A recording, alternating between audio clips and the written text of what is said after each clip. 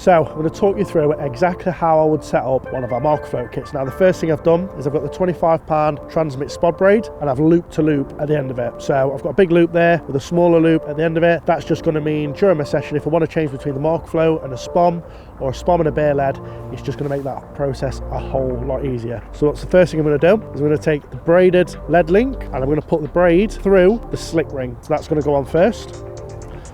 Then what I'm going to do is I'm going to take one of our splicing needles and one of the beads that comes supplied in the pack. It's just going to make threading it onto the loop a little bit easier. I'm going to thread that on there as well.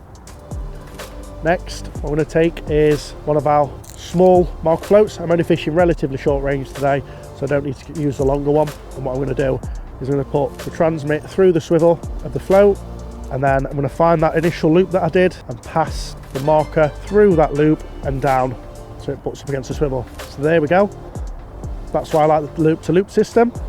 I'm going to pull the bead down, which fits securely over the top of that swivel, and there you can see it's sort of got a bigger section at the end which the slick ring buffers up against. And lastly, all I'm going to do now is I'm going to take one of the marker leads that's supplied. This is a 3-ounce version, and I'm just going to attach that onto the little quick change section like so. So that now is ready to go. So obviously when you cast out, you lead it at the bottom, you'll pay line off gradually a foot at a time, and that'll pop that marker flow up to the top, telling you exactly what depth you're fishing in. And with the uniquely designed marker lead, that's just going to tell you whether you've got that all important donk or not.